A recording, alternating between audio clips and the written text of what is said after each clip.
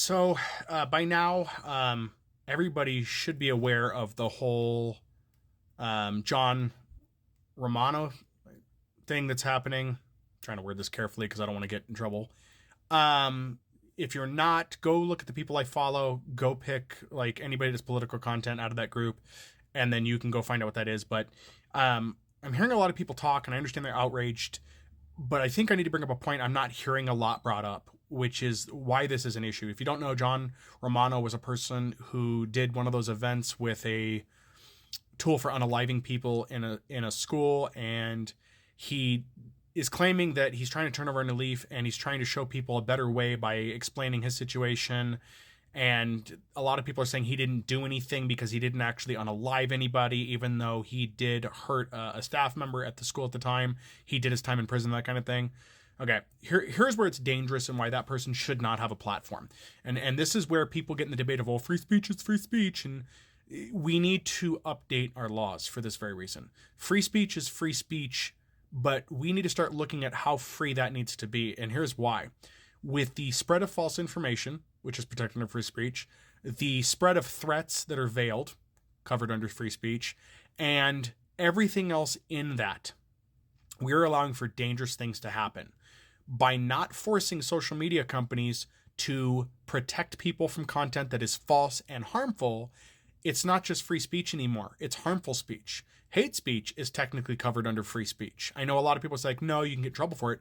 Yes, you can get in trouble for it, but it's still allowed under free speech. And that's a problem. And I've had this argument with a lot of people. We have to start adjusting what we're going to allow as free speech. For example, and I've said this in videos before, if I stand in the middle of a supermarket, pick out one black person, and start calling them a racial slur, they do not have the right to strike me, to attack me with a weapon, anything. I can sit there right in their face and say something to them. It is not illegal what I'm doing. I have freedom of speech. I'm protected from that. If they strike me, in most states, I can claim they assaulted me even though I provoked them. I can claim they assaulted me because, and I know this is a hard pill for a lot of people to swallow, I didn't do anything that was physically violent towards them. I didn't do anything that justified their self-defense. They have to sit there and deal with that. In my opinion, that's wrong. That is very wrong. So because of that, this guy's using a platform, and unfortunately, a lot of young children, kids, teenagers, are resonating with him.